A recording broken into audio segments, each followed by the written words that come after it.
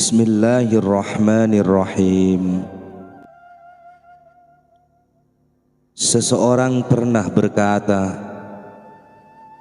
sebelum guru muncul, Maulana Bahauddin telah meminta maaf padaku dan berkata bahwa Tuan kita pernah berkata, seorang raja tidak harus menyusahkan dirinya untuk datang melihat kami, karena kami adalah pokok berbagai pernyataan.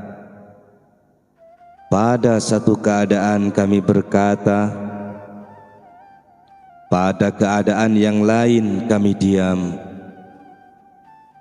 Dalam satu keadaan kami berurusan dengan orang-orang, dalam keadaan lain kami memilih untuk menetap dalam kesunyian. Terkadang pula kita terserap dan terbingungkan sepenuhnya.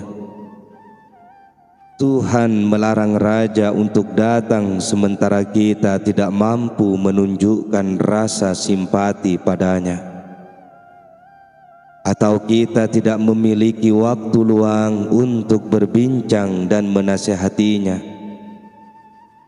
Maka akan lebih baik bagi kita untuk pergi mengunjungi seorang sahabat apabila sedang memiliki waktu luang, hingga mampu memperhatikan mereka, dan kedatangan kita akan memberi mereka manfaat.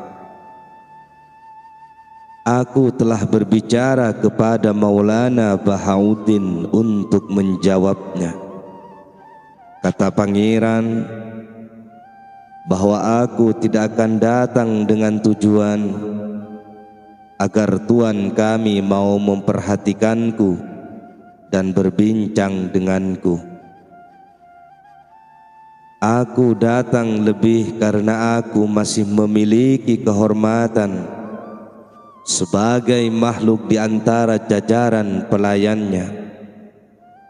Dan sekarang Tuan kami begitu sibuk dan tidak pernah muncul di tengah-tengah kami. Tuan kami membuatku terus menunggu untuk waktu lama, sampai aku sadar betapa sukar bagi seorang muslim juga bagi orang-orang lain. Tapi aku tetap menunggu di pintuku. Tuan kami membuatku merasakan kepahitan pengalaman itu. Dia mengajariku dengan pengajaran yang lebih baik dibandingkan pengajaran yang dilakukannya pada orang lain. Tidak, guru kami berkata kepadanya, aku membuatmu terus menunggu semata-mata karena sikap memihak. Diriwayatkan bahwa suatu ketika Tuhan berkata, hai pelayanku, aku sanggup untuk segera mengabulkan permintaan yang kamu pintakan dalam sholatmu, tetapi ratapan kesedihanmu lebih aku sukai. Tanggapan dariku muncul terlambat agar engkau terus meratap lebih banyak lagi dan memohon lebih kerap lagi. Aku sangat menikmati bunyi ratapan dan permohonanmu. Sebagai contoh, dua pengemis datang pada seseorang. Pengemis yang satu ramah sekali dan menyayangi tuan rumah, tetapi yang lainnya menjijikkan.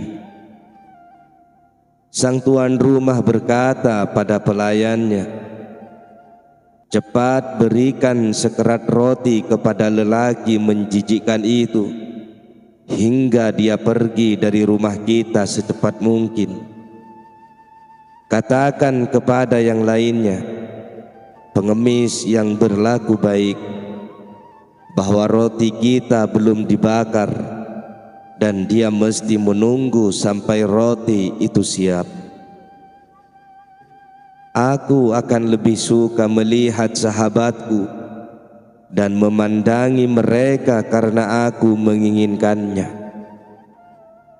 Begitu juga aku mengharapkan dari mereka.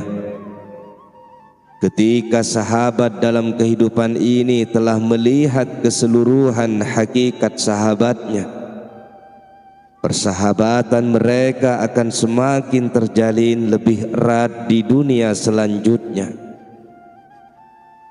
Mereka akan segera mengenali satu sama lain, mengetahui betapa mereka telah bersama-sama di dunia ini. Mereka akan dengan cepat berpegangan, karena seseorang dengan cepat dapat kehilangan sahabatnya. Tidakkah engkau lihat betapa di dunia ini engkau cepat menjadi sahabat seseorang? Di dalam pendapatmu, orang adalah suri teladan kebajikan seperti Yusuf. Kemudian karena satu perbuatan buruk yang tidak menguntungkannya, dia berubah menjadi sosok dalam pandanganmu dan hilang dari sisimu selamanya. Yusuf berubah menjadi serigala. Orang serupa yang pernah engkau anggap sebagai Yusuf sekarang terlihat sebagai serigala. Bahkan apabila bentuknya tidak berubah dan dia orang sama yang pernah engkau lihat, dengan kebajikan kebetulan ini engkau tetap akan merasa kehilangan dirinya. Kelak ketika hari kebangkitan tiba dan hakikat kehidupan ini berubah menuju hakikat lain, dan engkau tidak mampu untuk mengetahui seseorang dengan baik dan tidak memaksakan dirimu masuk ke dalam hakikatnya, engkau tidak akan mampu untuk mengenalinya di kehidupan yang akan datang. Inti pernyataan ini ialah bahwa kita mesti melihat satu sama lain lebih mendalam dan masuk melampaui sifat baik dan buruk yang menempel pada diri manusia. Kita mesti masuk dan melihat hakikat satu sama lain, karena sifat-sifat yang membedakan manusia dari yang lainnya bukanlah sifat sejati mereka. Mereka menceritakan tentang seseorang yang berkata, "Aku mengetahui si Anu dan si Anu dengan baik. Aku mampu mengatakan kepadamu seperti apa dia." Ketika diminta untuk menjabarkannya, dia mengatakan, "Dia pengembalaku dan dia memiliki 2 ekor sapi, dan sampai hari ini masih demikian." Mungkin saat ini seseorang mengatakan bahwa mereka telah melihat sahabatnya dan mengetahui dengan baik. Namun jika mereka diminta untuk menggambarkan pengenalannya, penjelasannya tidak akan beranjak dari cerita tentang 2 ekor sapi yang sama sekali bukan penjelasan tentang orang itu. Orang mesti pergi melampaui sifat baik dan buruk manusia, lalu masuk ke dalam hakikat untuk mengetahui seperti apa dia secara hakikat. Itulah yang disebut penglihatan dan pengetahuan sejati. Maka aneh jika ada orang yang bertanya, tentang orang suci dan nabi yang terpikat oleh serta memperoleh kekuatan dari dan dipengaruhi dunia yang tidak memenuhi syarat, yakni dunia yang tidak memiliki tempat ataupun bentuk, juga tak dapat dijabarkan. Mereka selalu berada di dunia ini. Ketika seseorang mencintai yang lain, dia memperoleh kekuatan, rahmat, manfaat, pengetahuan, pemikiran, ketenangan, kebahagiaan dan duka lara darinya. Semua itu membutuhkan tempat di dunia tanpa tempat. Orang memperoleh manfaat dari makanan yang dimakannya. Ini tidaklah terlalu mengejutkan, dan orang masih terkagum-kagum ketika ada orang suci dapat jadi pecinta dunia tanpa tempat dan menerima bantuan darinya. Konon ada seorang ahli metafisika yang menolak konsep ini. Suatu hari dia jatuh sakit untuk waktu lama. Seorang ahli agama datang menjenguknya dan bertanya, "Apa yang engkau cari?" "Sehat," jawab ahli metafisika. "Jelaskan kepadaku sehat ini agar aku mampu membawakannya padamu," kata ahli agama. "Kesehatan tidak memiliki bentuk," jawab dia. "Apabila kesehatan tidak dapat disifatkan, bagaimana mungkin engkau mampu mencarinya?" Dia minta penjelasan. "Katakan padaku, apa itu sehat?" "Hanya ini yang aku tahu," jawab ahli metafisika. "Ketika kesehatan datang, aku tegap, sehat dan kuat. Aku jadi beruntung. Warnaku merah, sehat dan bersih. Dan aku merasa segar dan mekar. Aku bertanya kepadamu tentang sehat itu sendiri," kata ahli agama. "Apa inti sehat itu?" "Aku tidak tahu," jawab yang ditanyai. "Itu tidak dapat disifatkan. Jika engkau menjadi seorang muslim dan bertobat dari jalanmu sebelumnya," kata ahli agama, "aku akan mengobati engkau, membuatmu sehat dan membantu memperoleh kembali kesehatanmu." Nabi Muhammad pernah ditanya tentang mampukah seorang manusia memperoleh manfaat dari konsep yang tidak tersifatkan. Beliau menjawab, "Itulah langit dan bumi. Kamu melihat bentuknya dan memperoleh manfaatnya dari konsep universal. Sebagaimana kamu lihat kekuasaan yang ada di langit. Hujan muncul dari awan di musim panas ataupun dingin sebagaimana mestinya. Juga perubahan cuaca. Semuanya demi yang terbaik dan sesuai dengan keinginan Tuhan. Sekarang bagaimana mungkin seonggok awan yang mati dapat mengetahui kapan ia akan turun menjadi hujan? Bagaimana mungkin bumi yang kamu lihat sekarang menumbuhkan tanaman yang semula 1 menjadi 10? Pasti ada seseorang yang memahami ini.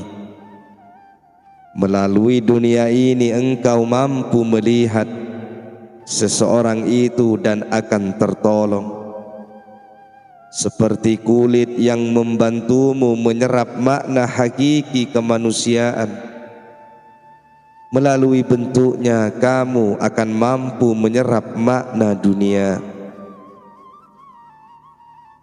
Ketika Nabi Muhammad SAW mendapat wahyu dan berbicara, dia mengatakan, Tuhan berfirman.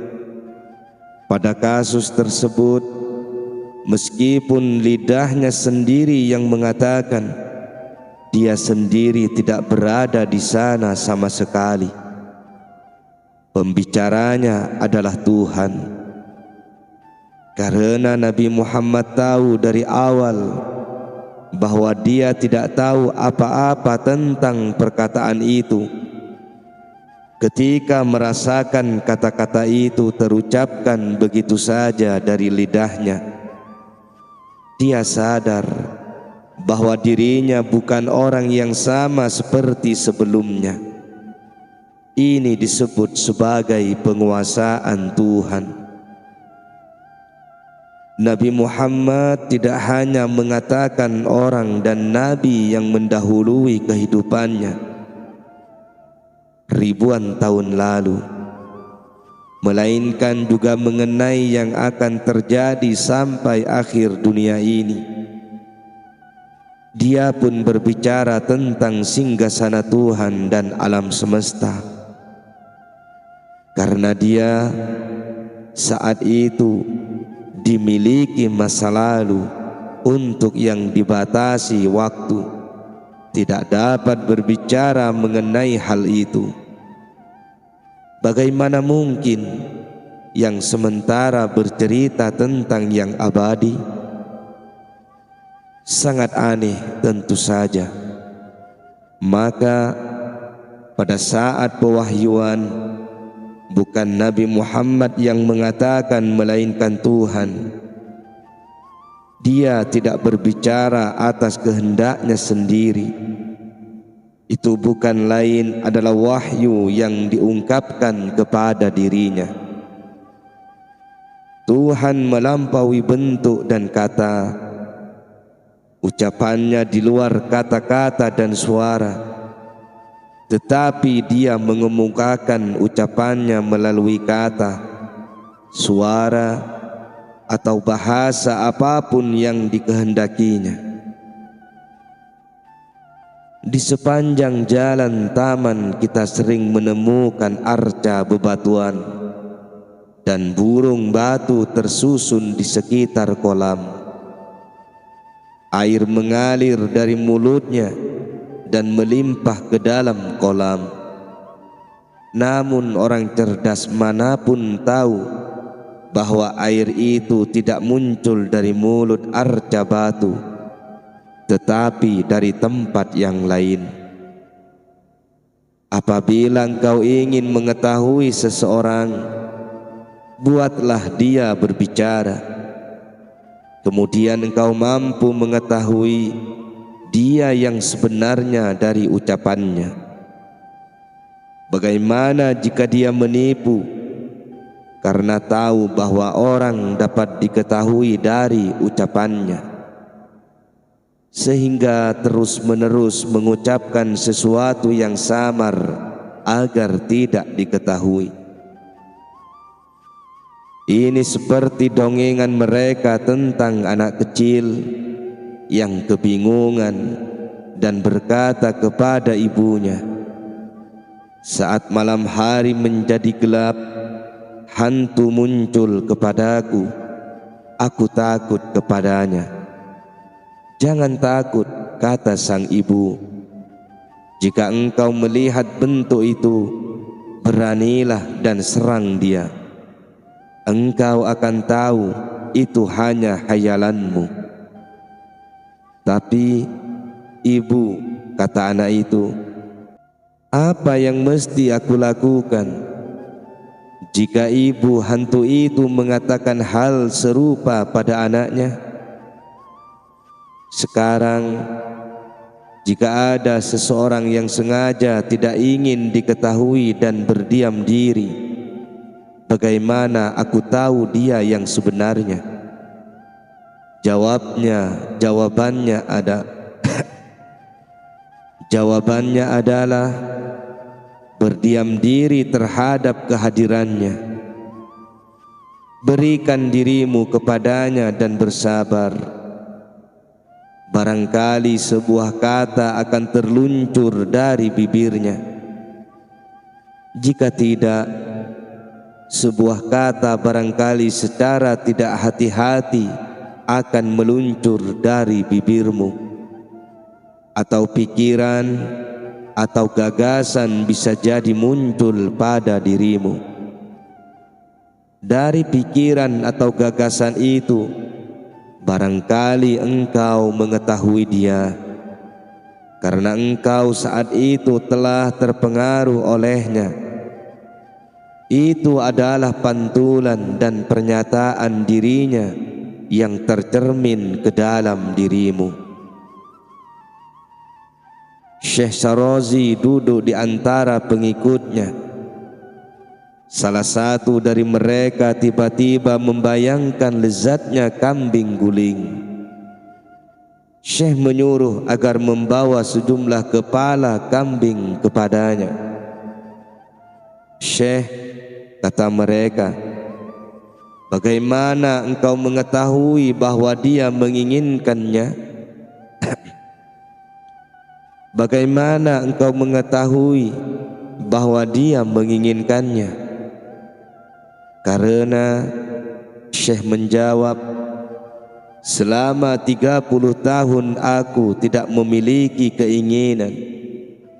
Aku telah menyucikan diriku dan melampaui segala keinginan. Aku menjadi sebening cermin tanpa bayangan. Ketika aku memiliki hasrat kepala kambing guling, dan ketika itu menjadi keinginan, aku tahu bahwa itu berasal dari sahabatku itu." Cermin tidak memiliki bayangan. Apabila bayangan muncul dalam cermin, tentu ia datang dari sesuatu yang lain. Seorang suci datang ke tempat pengasingan mencari tujuan luhur. Sebuah suara muncul kepadanya. Tujuan luhur seperti itu tidak dapat dicapai dengan cara mengasingkan diri. Biarkanlah sampai pandangan orang agung jatuh kepadamu dan menyebabkan engkau mencapai tujuanmu. "Kemana aku mesti pergi menemukan orang agung ini?" tanya dia. "Di dalam masjid jamaah," dia diberitahu. "Bagaimana aku mengenalinya di antara demikian banyak orang?" "Pergi," kata suara itu. "Dia akan mengenalimu dan memandang kepadamu. Dan tanda dari pandangan itu ialah satu kendi besar akan jatuh dari tanganmu. Saat engkau tak sadar diri, saat itulah engkau tahu bahwa dia telah melirik kepadamu." Maka dia menangis.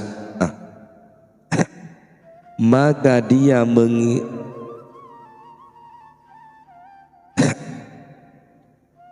dia mengisi sebuah kendi dengan air dan memberikan minuman pada orang-orang di masjid, sof demi sof. Tidak lama kemudian dia mengalami perasaan aneh dan mengeluarkan jeritan keras. Lalu kendi terjatuh. Ia terbaring tak sadarkan diri di sudut masjid. Jemaah masjid bubar. Ketika itu dia melihat dirinya sendirian. Dia tidak pernah melihat raja itu yang melemparkan pandangan kepadanya. tetapi dia mencapai tujuannya. Tuhan memiliki orang-orang yang tidak pernah memperlihatkan diri mereka karena Tuhan merasa cemburu padanya. Tetapi orang-orang itu telah dianugerahi berbagai hadiah yang menjadi tujuan pencarian banyak orang. Raja seperti itu sangatlah jarang dan tentu saja amat berharga. Kami mengatakan orang-orang agung datang dalam kehadiran kalian. Kami tak lagi hadir, jawab mereka. Itu sudah lama berlalu sejak kehadiran kami yang pertama. Jika mereka muncul dalam bayangan seseorang yang dibentuk oleh keyakinan. Beberapa orang pernah berkata kepada Isa, "Kami akan datang di rumahmu." Isa menjawab, "Kapan dan di mana di dunia ini engkau akan mendatangi rumahku? Pernahkah kami memiliki sebuah rumah?" Sebuah dongeng tentang Isa yang mengelana di padang pasir. Tiba-tiba hujan badai muncul. Dia mencari perlindungan sementara dalam sarang serigala di sebuah gua sampai hujan berhenti. Di sana dia menerima wahyu, "Tinggalkanlah sarang itu, karena ada anak serigala yang tidak dapat berlindung di sana." Oh Tuhan, ratapnya ada tempat perlindungan untuk anak serigala, sementara tidak satu pun untuk putra Maryam.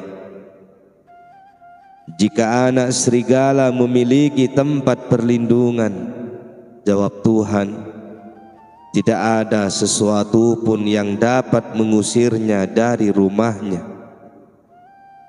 Engkau pun tentu memiliki sesuatu yang menggerakkanmu. Jika engkau tidak memiliki rumah, apa yang menyebabkanmu bertahan di dalamnya? Rahmat dan penghargaan yang diberikan si penggerak itu, rahmat dan pengharapan yang diberikan si penggerak itu padamu lebih berharga daripada langit, bumi, dunia, juga singgasana ilahi. Maka kata guru, apabila penguasa datang dan kita tidak segera muncul, dia tentu tidak terluka atau peduli. Apakah kedatangannya untuk menghargai dirinya atau kita? Apabila dia datang untuk menghargai kita, tentu dia akan sabar menunggu kita. Semakin lama menunggu, semakin besar penghargaannya pada kita. Jika dia bermaksud menghargai dirinya dan meminta ganjaran surga, maka penderitaannya ketika menunggu akan menjadi ganjarannya yang terbesar. Pada kedua hal itu, dia memperoleh keuntungan ganda karena kedatangannya, maka dia mesti bergembira dan senang karenanya.